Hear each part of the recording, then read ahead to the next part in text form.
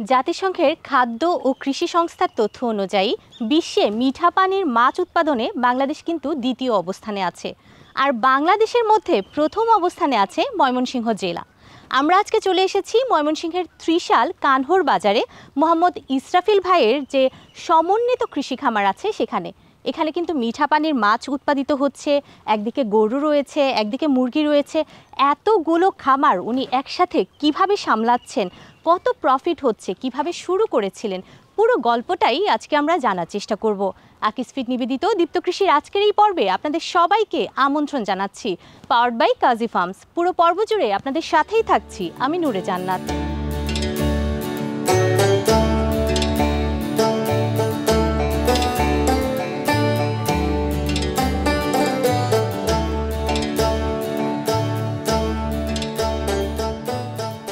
এখানে তো দেখছি জাল টানছে, মাছ তুলছে, তাই না?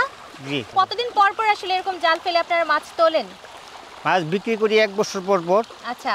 আর মাঝে মাঝে টান দিলে এই যে মাছের যে উপরে এইটা আছে, উপর লালাটা আছে, লালাটা ভাঙে, পুকুরের নিচে তলা নিতে যে ওই এটা জমে, এটা মানে গ্যাস রিফর্ম হয়। তার জন্য আমরা 1 মাস পর পর মাছ জাল টান দিই। আচ্ছা, জাল টানেন এই জন্য যেন গ্যাসটা বের হয়ে যায় এবং পানিটা শুদ্ধ থাকে। পানিটা শুদ্ধ থাকে এইটা। আর এমনিতে বছরে আপনারা একবারই জাল ফেলে মাছ ধরেন? মাছ বিক্রি করি বছরে একবার। বছরে একবার পাঙ্গাসটা বিক্রি করি একবার, আর ওই যে ছোট ছোট মাছগুলি যে আছে সাইডটা খেয়ে দেয়, এটা প্রতি 1 মাস 2 মাস পর পর বিক্রি করি। আচ্ছা, তো এই যে জাল তুলছে দেখছি বেশ পাঙ্গাস বড়, এটা কি সাইজের এখন আছে?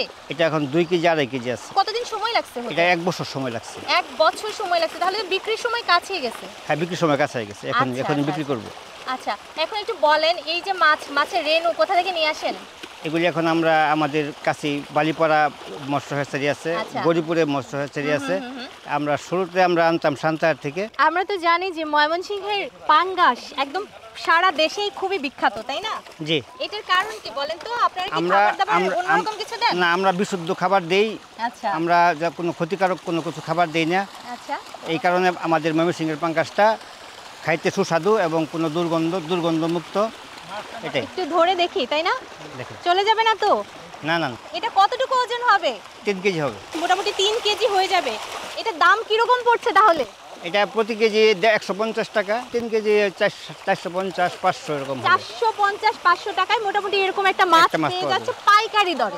সেটা খুচরা বাজারে গিয়ে বেশি হচ্ছে। খুচরা বাজারে গিয়ে 200-220 টাকা কেজি। আচ্ছা, দেখতে পাচ্ছি এই পাঙ্গাস একদম এত প্লেন। পাঙ্গাস তো এমনিতেই প্লেন হয় তার শরীরটা, কিন্তু এটা যেন একটু অন্যরকমই গ্লেজ দিচ্ছে, একটু দেখতেই অন্যরকম লাগছে। পানির কোয়ালিটি আমরা ভালো রাখি, পানির পিএইচ মান ভালো রাখি, যার দরুন মাছের কোনো উপরে কোনো ক্ষতিকারক লালা নাই।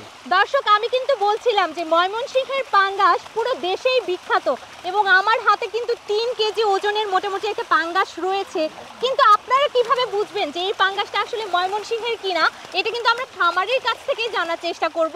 ওনার কাছ থেকে আমরা আরেকটা নতুন পাঙ্গাস নেই, কারণ এটা যেহেতু একটু রক্ত লেগে গেছে, বোঝাও যাচ্ছে না ভালো। আপনি একটু আমাদেরকে দেখিয়ে দেবেন, দর্শকরা যেন চিনতে পারে যে ময়মনসিংহের পাঙ্গাস আসলে কেমন হয়। এত বড় পাঙ্গাস আরেকটা কি নেওয়া যায়? নেওয়া যায়। জি, আমি দেখতে পাচ্ছি এখানে মাছ যেভাবে লাফালাফি করছে, অনেক মাছ ধরা পড়েছে। এই মাছ তো আজকে আপনারা তুলবেন না, তাই না? না না, তুলবো না। আচ্ছা, ঠিক আছে। শুধুমাত্র আমাদের দর্শকদের উদ্দেশ্যে দেখানোর, একটু বলবেন ভাই কিভাবে চিনবে যে এই মাছটা ময়মনসিংহেই হয়তো উৎপাদিত হয়েছে? ময়মনসিংহের উৎপাদিত পাঙ্গাস হবে হোয়াইট কালার, সাদা কালার, সাদা। আর অন্য জায়গার মাছ হবে কালো। আচ্ছা, কালো বর্ণ হবে এবং ওইটার যে চামড়া, ওই চামড়া হবে শক্ত। আমাদের মাছ হবে ভিতরেও সাদা, উপরেও সাদা। আচ্ছা। এবং কোনো দুর্গন্ধমুক্ত মাছ হবে। দুর্গন্ধমুক্ত, একদম যমুনার যে পাঙ্গাস, যমুনার পাঙ্গাসের মতো খাইতে স্বাদ হবে। আচ্ছা, অনেকেই বলে থাকে যে আসলে পাঙ্গাসের দুর্গন্ধ হওয়ার জন্য অনেকে খেতে চান না, বা অনেকে বলেন যে পাঙ্গাস আসলে বজ্র জাতীয় খাবার দাবার খেয়ে থাকে, সেজন্য অনেকে খেতে চান না। এই ব্যাপারে একটু বলেন, আপনারা কি ধরনের খাবার? বজ্র জাতীয় যদি খাবার দেওয়া হয় তাহলে মাছের কালার ওই বজ্রের মতো হয়ে যায়। আচ্ছা আচ্ছা। এই ক্যানেলটা ভেজিটেবল বেস খাবার দেওয়া হয়, রাইস পলিশ, পরে আপনার সয়াবিন, এটা হলো ভুট্টা, এটা হলো মূল উপাদান। যার ধরুন ভেজিটেবল বেস খাবারে মাছ কালো হয় না। আচ্ছা, মাছ দুর্গন্ধ হয় না, মাছ খাইতে সুস্বাদু হয়। যে মাছের নায়াস তার নাম পাঙ্গাস। আমরা মাছটা একটু ছেড়েই দেই এখন, আপনার গল্পটা একটু শুনবো ভাই। আরে আকিস ফিড আইছে, এবার ঠেকাইবো কে শুনি। বাজারে এলো আকিস ফিড, বাড়বে খামারের লাভ, রেজাল্ট হবে হিট।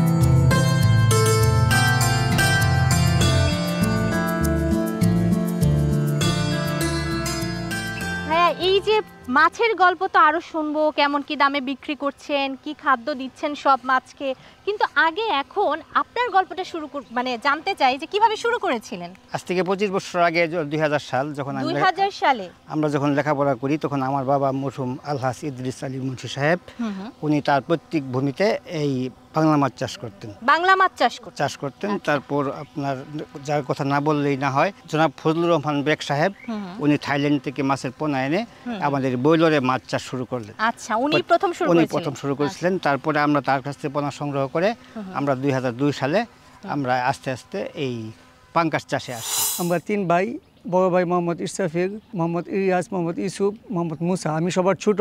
2010-11-তে MBA শেষ করার পর আমি এই ব্যবসার সঙ্গে যুক্ত হয়েছি। 2005 সনে আমাদের শুধু 25 শতক জমি নিয়ে মাত্র 5000 মাছ নিয়ে আমাদের স্টার্ট হয় এই মাছের ব্যবসাটা। আর 2006 সনে 2000 মুরগি নিয়ে শুরু হয়। তো সেই থেকে আমাদের শুরু। আমরা সবসময় চেষ্টা করেছি মাছকে NPM মুক্ত, কিভাবে রাসায়নিক মুক্ত মাছ উৎপাদন করা যায়, কিভাবে মানুষকে সুস্থ এবং কেমিক্যাল মুক্ত, এই ব্যাপারে আমরা সবসময় সচেতন ছিলাম। পাঙ্গাস সাথে সাথে রুই, কাতল, মৃগেল, পরে ওই পাবদা আসলো, পাবদা, ট্যাংরা, ওই শিং, এই সমস্ত মাছ এই পাঙ্গাসের পাশাপাশি চাষ করে আমরা বেশ লাভবান। আচ্ছা, আপনার আওতায় কতগুলো পুকুর আছে আসলে? আমার আওতায় এখন 50 থেকে 60টি পুকুর আছে। আজ থেকে 20-25 বছর আগে যখন আপনি শুরু করেছিলেন তখন তো আসলে এখনকার মতো আধুনিক প্রযুক্তি ছিল না, বা সহায়তাও পর্যাপ্ত পরিমাণে হয়তো পাওয়া যেত না। তো আপনারা আসলে সমস্যার সমাধানটা তখন কিভাবে করেছেন? আমরা যখন প্রথম মাছ চাষ করি তখন উন্নত প্রযুক্তি ছিল না, তখন আমরা মাছ খাদ্য এমনি নিজেরা গুলিয়া হাতে বল বানিয়ে মিলে দিতাম। আচ্ছা, হ্যাঁ। এরপরে আপনার বাংলা চাষে দেওয়া হতো না, পাঙ্গাসকে আমরা এইভাবে দিতাম, এই বল বানিয়ে দিতাম। তারপর আপনার 2005-এ আইসা ওই ছোট্ট আকারে ওই প্লেট মেশিন আসলো। তারপরে 2006-7-এ আইসা আমরা ওই সেমি অটো হিসাবে মানে প্লেট মেশিন আমরা ওই ব্যবহার শুরু করি।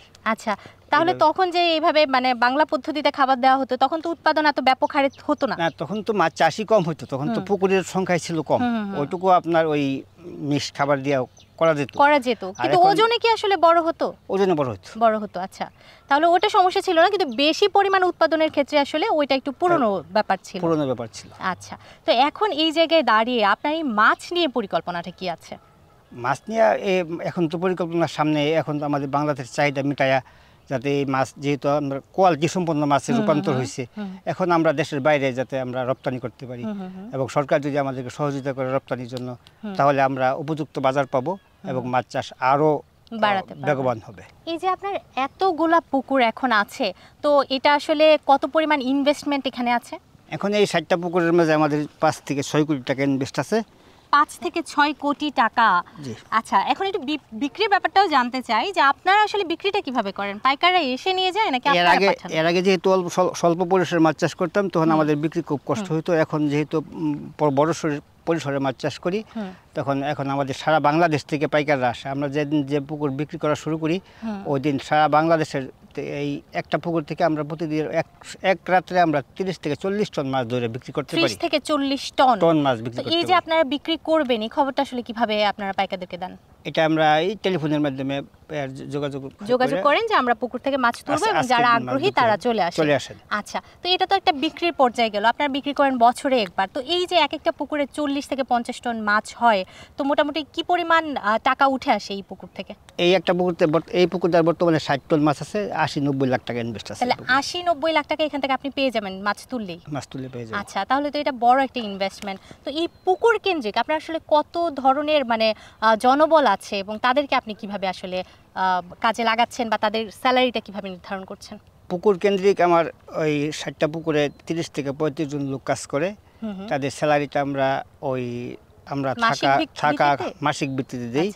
আমরা তাদের থাকা খাওয়া এগুলি ফ্রি দেই, এবং স্যালারি দিই 12 থেকে 15,000 টাকা। আচ্ছা, তো তারা তো এই এলাকারই না, এই এলাকারও আছে আর আরও আছে, এই এলাকার বাইরেরও আছে। তাহলে মোটামুটি একটা ভালো কর্মসংস্থানের ব্যবস্থা কিন্তু আপনি ইতিমধ্যেই পুকুর কেন্দ্রিকই করে ফেলেছেন। হ্যাঁ, অবশ্যই। এছাড়াও তো আপনার মুরগি রয়েছে, গরু রয়েছে, সমন্বিত একটা খামার।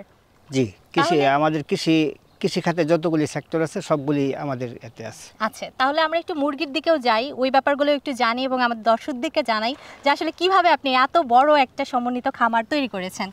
ঠিক আছে। আকিস ফিড আইছে এবার ঠেকাই বকে শুনি ইয়া বাজারে এলো আকিস ফিড, বাড়বে খামারের লাভ, রেজাল্ট হবে হিট।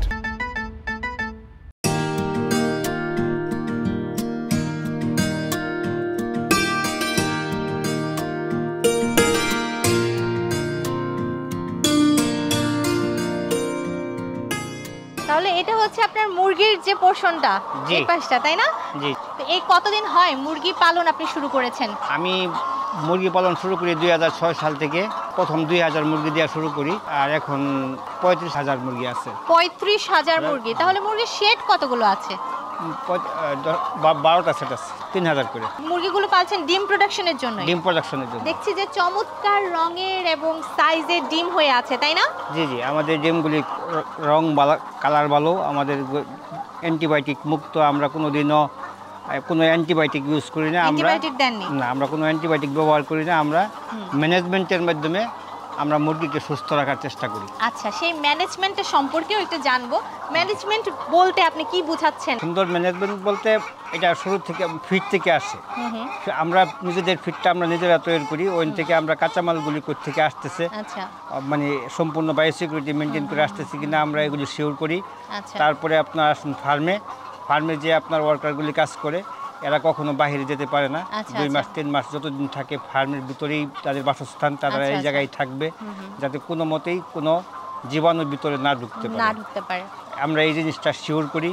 আমরা যে ডিম যে এই ক্যারি করে কেসগুলি, এই কেসগুলি সবসময় ওয়াশিং করি।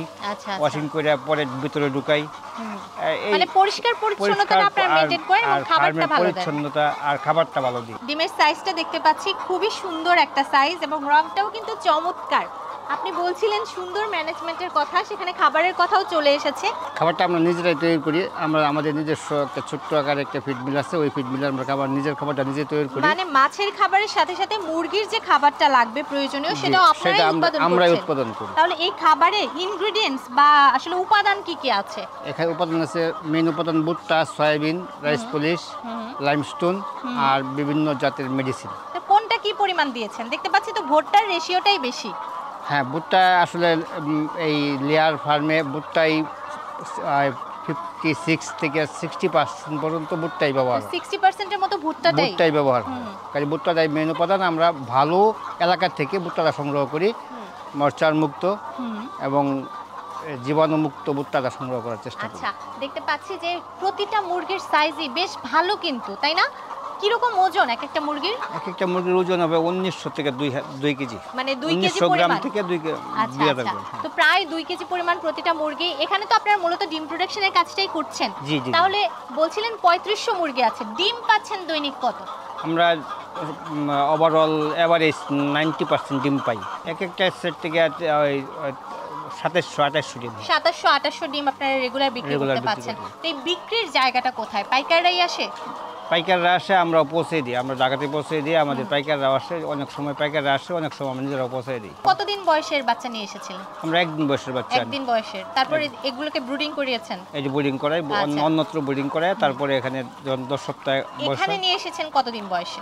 10 সপ্তাহ বয়সে। 10 সপ্তাহ বয়সে। 70 দিন বয়সে। আচ্ছা, তো মোটামুটি তখন থেকে ডিম প্রোডাকশন শুরু করে? না না, 20 সপ্তাহ বয়সে ডিম। 20 সপ্তাহ থেকে। আর চলে কতদিন? এই মুরগিগুলো কতদিন ডিম দিবে? আমরা 110 সপ্তাহ পর্যন্ত রাখতে পারি। 110 সপ্তাহ। তারপর কি মাংসের জন্য বিক্রি করে দেন? তারপরে মাংসের জন্য বিক্রি করি। আচ্ছা, এখন আমাকে একটু বলেন, এই জাতের মুরগি পালছেন, আপনার লাভটা কেমন হচ্ছে? ইনভেস্টমেন্ট কেমন ছিল? এটা দেখছি একদম নতুন ইনফ্রাস্ট্রাকচারটা, তাই না?